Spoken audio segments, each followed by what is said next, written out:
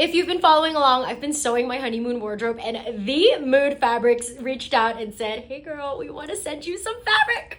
They sent me a whole box of fabric, and we're starting with this gorgeous embellished silk. I thought this looked good online, but it looks so good in person.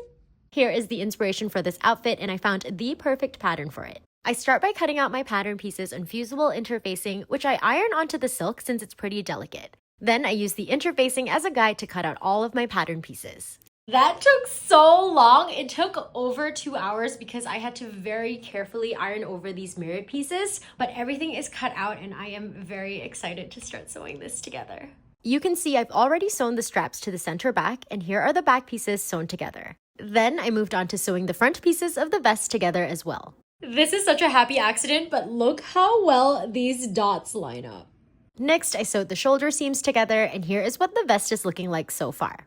The next day, I made my lining, which I pinned to the self layer and then sewed both layers together. I wanted to quickly mention that I did bring in the armhole by about 1/2 to 3/4 of an inch, and this is just personal preference, but I find that when it's set too wide, it makes me look super broad. I'm not gonna lie, finishing the hem was a little bit tricky, so I heavily relied on the Just Patterns video tutorial, which was so incredibly helpful. The top is almost done. The last thing I need to do is get the buttonholes made.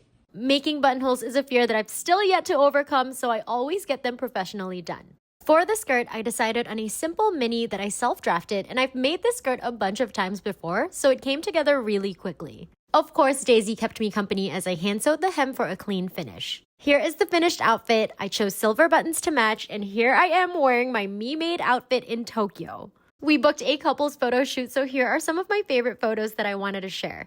It felt so special wearing something that I made with my hands on such an important trip. Follow along to see what else I made for our honeymoon.